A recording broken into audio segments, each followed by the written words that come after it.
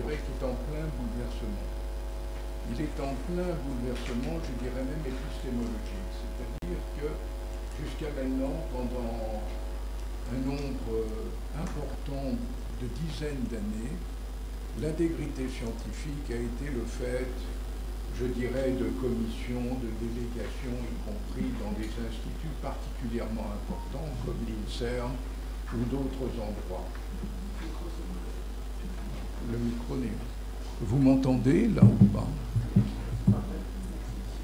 Je vais essayer de me mettre aux normes. On est tout à fait dans la déontologie, les normes. Bien, et justement, ce sera ma deuxième remarque, c'est que je ne place pas personnellement l'intégrité scientifique seulement dans la déontologie. Je la place aussi totalement dans la réflexion éthique. C'est ce que je vais essayer un tout petit peu peut-être de vous présenter. Mais sur une vision qui est peut-être une vision qui est un peu différente, qui est de me placer sur un autre plan. Le plan étant celui qui est le vôtre, qui est celui des pratiques, et non pas celui de la recherche, si vous voulez bien. Donc en se mettant tout simplement au niveau des pratiques, on se rend compte que l'intégrité que l'on demande à un médecin, à un chirurgien, à un chercheur, pourquoi différerait-elle? C'est une référence, bien entendu, à, certes, des lois. Je ne vous rappellerai pas comment, dans le code de Nuremberg, il a fallu un procès et tout un type d'argumentation, puisqu'un procès spécifique a été fait pour que, justement, le consentement soit tout à fait pris en compte, voire défini en 10 points, alors qu'auparavant, bien entendu, cela ne venait pas du tout à l'esprit que l'on puisse réaliser, qu'un médecin, qu'un chirurgien puisse réaliser des éléments qui puissent contre l'intérêt, bien sûr, de son patient, même s'il y avait un couvert de recherche, un esprit de recherche. Tout ceci a été revu dans la littérature en montrant que ce n'était pas une véritable science puisque les méthodologies étaient absolument contestables. Donc déjà, la fraude scientifique, la fraude médicale et l'absence de consentement réellement bien compris, c'est-à-dire avec une information, c'est-à-dire avec une explicitation, avec une compréhension, avec un droit de revenir éventuellement sur ce que l'on a consenti. Tous ces éléments, il faut bien l'avouer en pratique, ne sont pas justement tout à fait usuels. Et c'est toute cette réflexion que je pense qu'il est utile, de manière non pas à se référer sur des grandes déclarations qui existent, elles, depuis 70 ans sur l'intégrité scientifique, mais au contraire de se poser la question en tant que médecin ou chirurgien par rapport à ce que l'on est amené à faire vis-à-vis d'une personne dont désormais l'autonomie est affirmée, pour laquelle la transparence des personnes qui vont être amenées à intervenir sur elle, les liens d'intérêt éventuellement qui peuvent exister, quels que soient ces liens d'intérêt, la valeur transparence apparaît comme étant une idée forte, je dirais même une vision démocratique, de démocratie sanitaire. Donc vous voyez bien là, est-ce que je peux avoir la prochaine? Parce que j'ai appuyé sur la chose, mais ça n'avance pas. Je peux avoir la prochaine? Voilà. Donc, alors tout le monde sait très bien ce que c'est que l'intégrité scientifique, je ne vais pas du tout vous la décrire. Je vais m'arrêter un tout petit peu, si vous voulez bien, sur les liens, avec d'ailleurs des précisions du Conseil d'État entre les liens et les conflits d'intérêts qui apparaissent particulièrement difficiles à bien comprendre, puisqu'à la relecture, et ce sont des juristes à qui je me suis adressé, auxquels je me suis adressé justement, eh bien, c'est les conflits. Il faut savoir que tout lien par définition, doit rentrer dans cette transparence dont je parlais tout à l'heure, en sachant que l'indécision est majeure. Mais quand on regarde la lecture même que l'on doit faire du lien, est-ce que c'est simplement qu'un lien d'argent? Lorsque je me trouve à la tête d'un service et que j'ai besoin qu'un certain nombre de patients puissent rentrer parce que je m'y suis tout simplement inclus dans une série d'investigateurs et que je dois rendre un certain nombre de résultats, c'est vrai qu'une réflexion peut être faite sur l'intégration des différents patients et une véritable réflexion doit être donnée. L'intérêt qu'on a est autant pour la survie du service, elle est autant pour son financement soi-même, voire un financement collectif pour le service, en ayant, comme c'était un cas, ça n'existe plus maintenant, mais bien entendu des plus-values, je dirais, pour les membres du service et en particulier. Mais tout ceci a existé, ça aille à, comment dire, à de petites enveloppes jusqu'à éventuellement simplement la télévision, voilà. Bien, pour le service. Pourquoi pas jusqu'à une salle particulière pour obtenir le consentement des patients. Tout est possible. Mais il faut voir qu'il n'y a pas que l'argent. Or, jusqu'à maintenant, les conflits d'intérêts ont souvent été vus en dehors des promotions possibles, des travaux qui peuvent se faire. L'extension est possible. Et justement, tout l'intérêt peut-être de ma communication, c'est montrer, justement, je le ferai à la fin, que ces extensions sont en train de se passer, bien entendu, chez nos amis québécois et qu'il ne faut pas du tout prendre l'intégrité scientifique comme étant une chose qui ne se discuterait pas, comme si ce ne serait simplement qu'appliquer la loi. Déjà, parce que ce que l'on pourrait dire, c'est que l'information dans les universités, dans les facultés, alors peut-être que mon université était celle qui travaillait le plus mal, ça se peut, mais nous ne faisions pas du tout de cours sur l'intégrité scientifique jusqu'au moment où le rapport Corvol est arrivé. Je dirais qu'au grand maximum, on a découvert, et grâce justement à un arrêté qui a été fait par le conseiller du ministre d'alors, eh bien, se sont intégrées les exigences d'enseignement à la fois de l'intégrité scientifique, mais aussi de l'éthique. C'est la première fois que nous avons réussi d'un gouvernement et d'un ministre que ceci soit marqué et que tout doctorant, quel qu'il soit étant doctorant, applique une méthodologie, une population, va appliquer à sa population, et bien qu'il y ait, comment dire, un enseignement. Ça n'existait pas jusqu'au rapport Corvol, soyons très clairs. Et bien sûr, je dirais avec les différents procès qui ont pu éventuellement exister, ou au-delà des procès, peut-être les remontrances qui ont pu être faites, à chaque fois la personne était condamnée, alors que jamais on ne lui avait enseigné réellement la chose. Et d'ailleurs, je le regrette beaucoup pour avoir été en médecine légale, et Olivier, qui est votre président, ne pourra pas aller beaucoup plus loin, peut-être à part dans son université. Eh bien, la déontologie avait beaucoup de difficultés d'être entendue par les étudiants comme étant pas obligatoirement une discipline reine sur laquelle il fallait, et d'ailleurs la plupart des doyens, plutôt que faire référence à la médecine légale pour les doctorants, allaient bien souvent vers le droit, comme si le droit ne suffisait pas, comme si la médecine légale et les doctorats qu'elle pouvait donner ne suffisaient pas par rapport au doctorat de droit qui était plus sérieux, alors que pour y avoir un tout petit peu siégé, souvent on donnait le doctorat de droit, souvent en disant c'est un médecin. Donc les liens d'intérêt sont aussi des liens de discipline, des représentations. Donc nous devons au niveau épistémologique, j'espère que je vous ai un tout petit peu conquis sur cette vision qu'elle nous intéresse dans nos pratiques. Et pour cela, nous avons, de manière multidisciplinaire, comme nous le faisons à la fois à l'Université Paris-Cité, comme nous le faisons aussi à l'hôpital Foch désormais, eh bien, nous avons édité 2 livres chez Dalloz qui font, je ne dirais pas référence, ça serait d'une grande prétention et je n'ai pas l'intention de venir là. Au contraire, j'essaye simplement d'attirer avec vous peut-être une discussion que nous aurons, si vous voulez bien, après.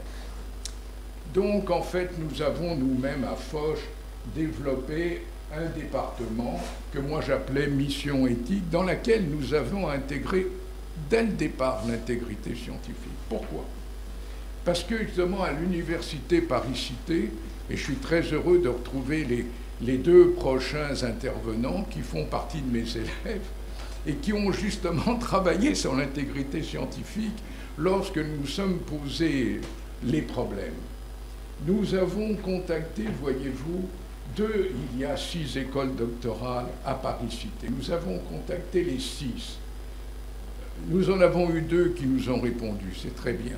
Lorsque nous posions la question, vous avez doctorant, est-ce qu'on pourrait savoir ce que vous faites sur l'intégrité scientifique? On pourrait éventuellement avec vous peut-être en discuter. 2 ont répondu et nous avons eu quelques étudiants pendant 1 an, voire 2 ans. C'est-à-dire que sur tout le nombre des chercheurs que nous avons sur Paris-Cité, 6 écoles doctorales énormes qui en plus débordent sur Paris 7, Paris Diderot, eh bien, nous en avons eu 3-4. C'est quand même pas énorme, il faut bien un tout petit peu se rendre compte.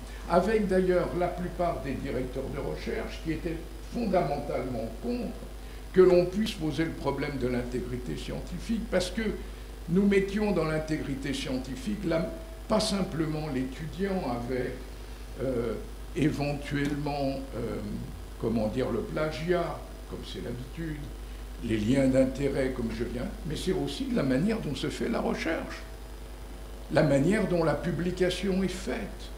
Demander à des comités d'éthique comme nous-mêmes, au dernier moment, l'article est fait, on vous demande tout simplement, c'est presque accepté, la revue demande simplement qu'un avis favorable.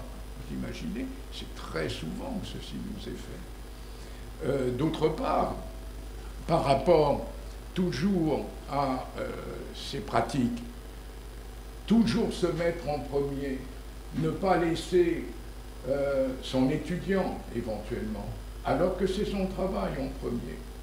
Ne pas respecter un travail qui a été fait par des étudiants. Je vais même encore plus loin.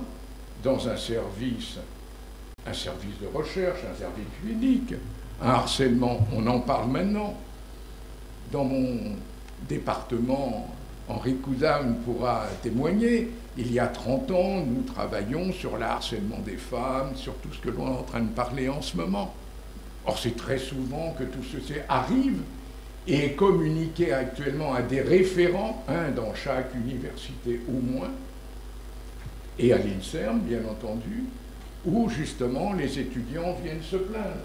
Alors, avant d'attendre que ces personnes se plaignent ou autres, de leur enseigner. Donc, c'est un plaidoyer pour l'enseignement, et je pense que la médecine légale se doit de reprendre tout ça, si elle ne l'a pas déjà fait.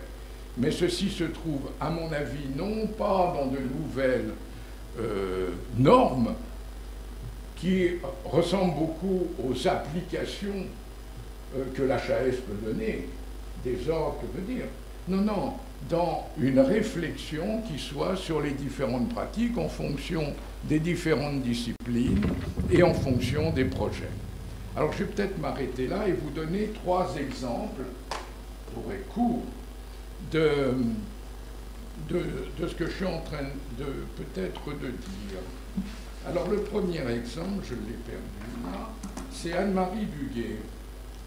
Anne-Marie Duguet est prof de médecine légale, du moins elle est maître de conférences, intégrité scientifique, on pourrait se demander pourquoi elle n'a jamais été nommée professeure, parce qu'elle était une femme, elle le dit elle-même, et que nous étions particulièrement machos, il paraît, dans un certain temps. Alors la publication incessante dans les préprises, on vous demande désormais de déposer, avant que les éditeurs n'aient accepté, un certain nombre d'articles, non encore validés par des méthodes rigoureuses, a rendu la fraude scientifique plus facile et plus visible. De plus, on a vu se développer sur les réseaux sociaux la communication de pseudo-vérités sous le couvert de l'autorité confédérée par un titre académique. Bon, je ne lis pas tout, il suffit simplement de se référer. Le deuxième exemple, c'est tout le temps Anne-Marie Duguay qui a fait un... C'est parce que ça vient de médecine légale, et je pense que la médecine légale se doit, d'autant plus, Olivier, que tu as développé toute la déontologie et aussi l'éthique au niveau du CHU d'Amiens. Je pense qu'il y a là peut-être à intensifier les choses. Je lis la deuxième chose. Une étude a été publiée, vous êtes tout au courant de ça, mais il est important que je vous en parle là, le 22 mai 2020, c'était il y a peu de temps, qui concluait que l'hydroxychloroquine n'était pas bénéfice aux malades du Covid hospitalisés, mais pouvait au contraire être néfaste. L'OMS a suspendu les essais cliniques avec ce produit. Le 4 juin, la revue annonçait le retrait de l'article parce que 3 des auteurs avaient demandé à être retirés. Ce qui veut dire qu'on accepte un certain nombre de travaux sans les lire, même quand ce sont ses élèves, et qu'après on est amené à se retirer. Si ce n'est pas de l'intégrité scientifique, les noms, bien sûr, des personnes étaient bien sûr là. 3 des auteurs n'avaient aucune idée de ce sur quoi ils apposaient leur nom. Les relecteurs qui avaient accepté l'article auraient dû vérifier la fiabilité des données, et 3 des auteurs ne l'avaient pas fait non plus. L'évaluation par les pairs est en réalité un mauvais détecteur des fraudes.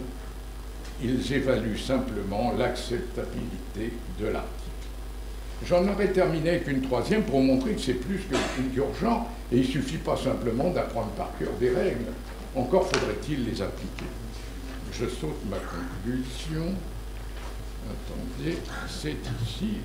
Alors, c'est une plateforme, ça nous vient souvent des Canadiens. Les Canadiens travaillent beaucoup plus en éthique que nous, et ils travaillent énormément de manière multidisciplinaire avec les praticiens. Ça s'appelle Intelligence artificielle générative vers un nouveau régime du droit d'auteur. Vous voyez, on est tout à fait dans notre histoire. Je vous lis la conclusion.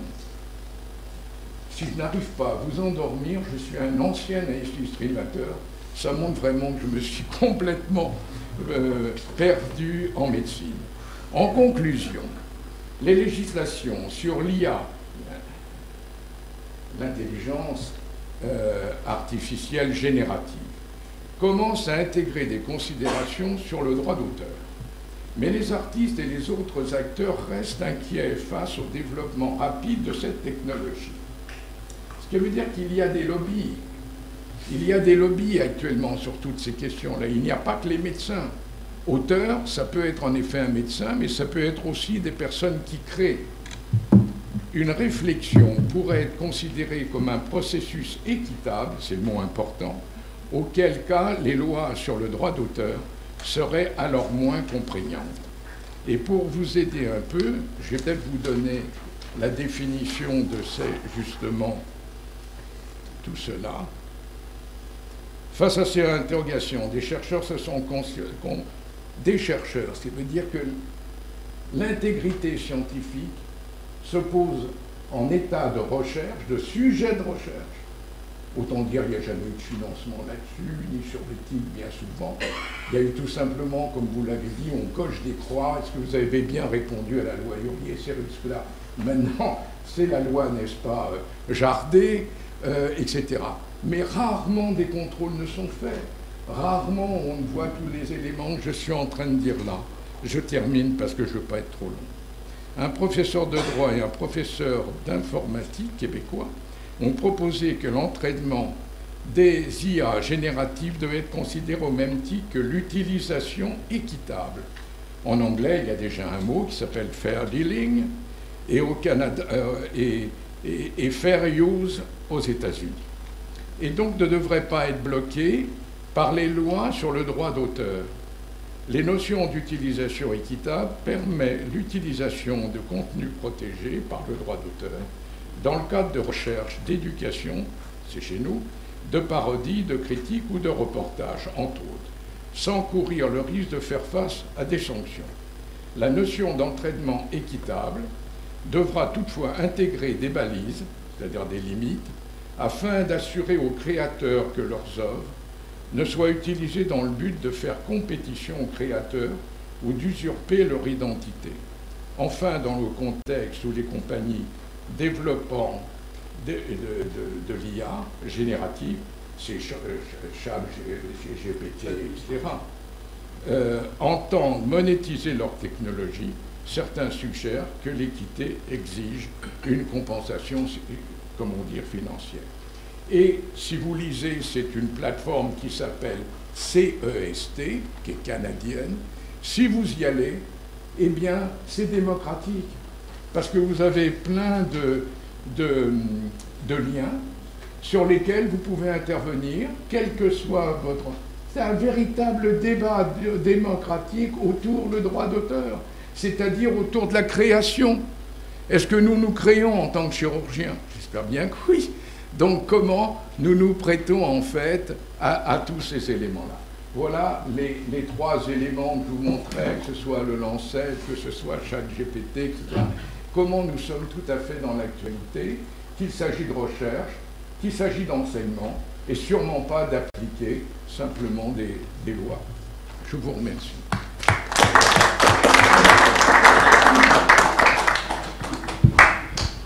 Merci beaucoup au professeur Hervé. Effectivement, nous sommes totalement dans l'actualité.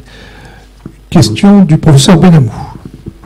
Oui, je pense que le sujet du Lancet Gate, comme on l'a appelé, a été un sujet extrêmement grave en 2020, pendant la pleine période de Covid, qui nous a tous interpellés, qui continue de nous interpeller, parce que quand on parle d'objectivité scientifique, en général, nous faisons confiance aux grandes revues internationales qui portent a priori une garantie de sérieux.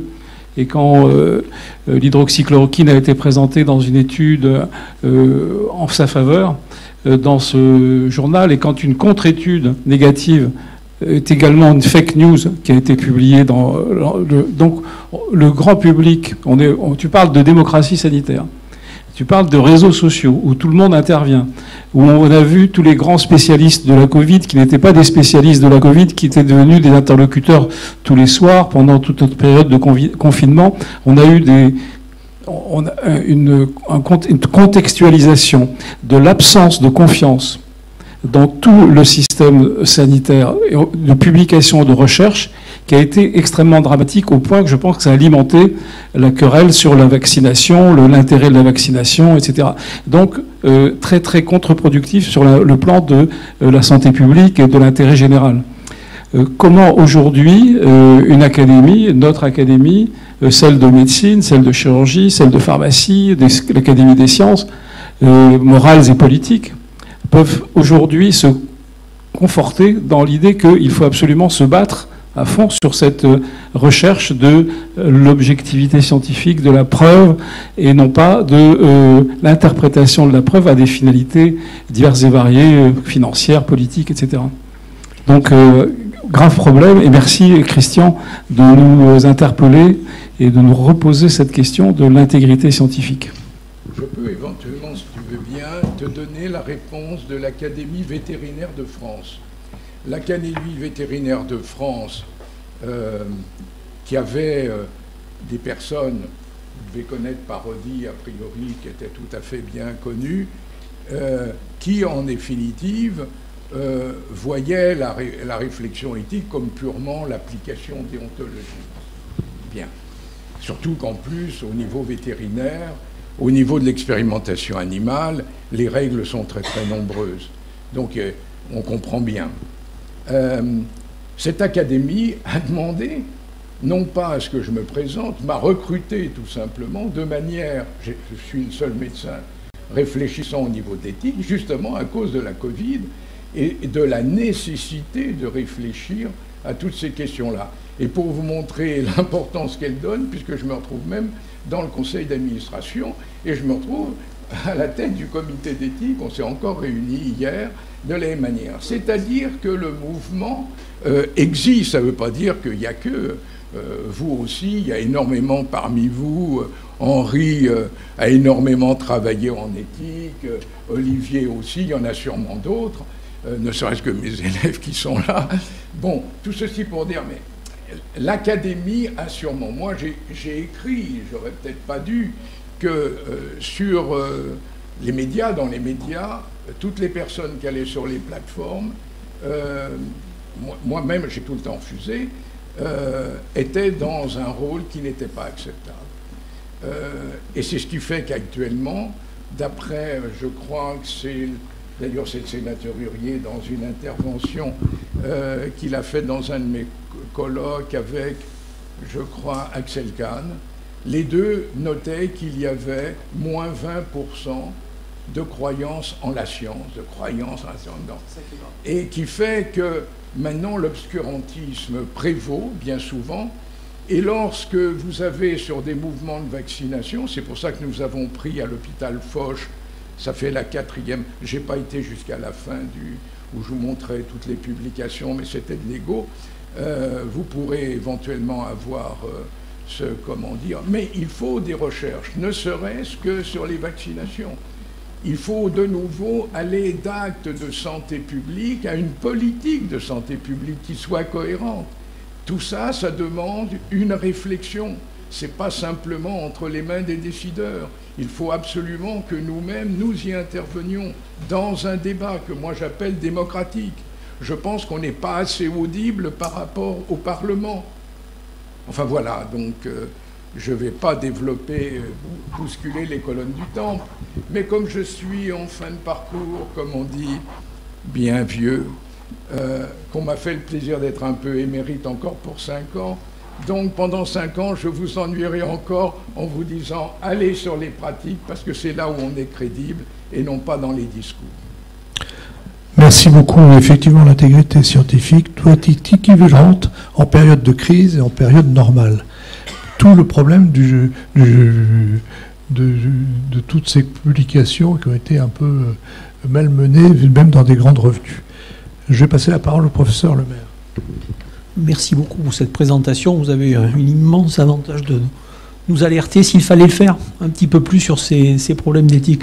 Moi, ce qui m'intéresserait d'avoir de votre part, c'est finalement, on se rend compte que tout ça arrive dans un média, actuellement, où le média donne beaucoup d'informations. Tous ces problèmes étaient là, bien entendu, avant. Ils ne sont pas arrivés avec le Covid.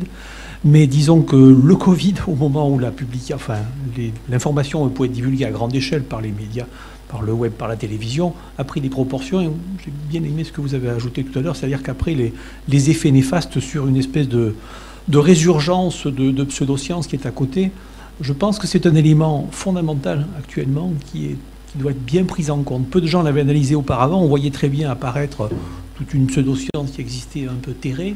Elle a pu reprendre du poil à bas. Il y a une espèce de compétition naturelle, si je puis dire, une espèce d'écosystème étrange entre cette pseudoscience, l'éthique, qui mérite d'être réfléchie. Il y a des enjeux majeurs. Il faut absolument qu'on continue là-dedans.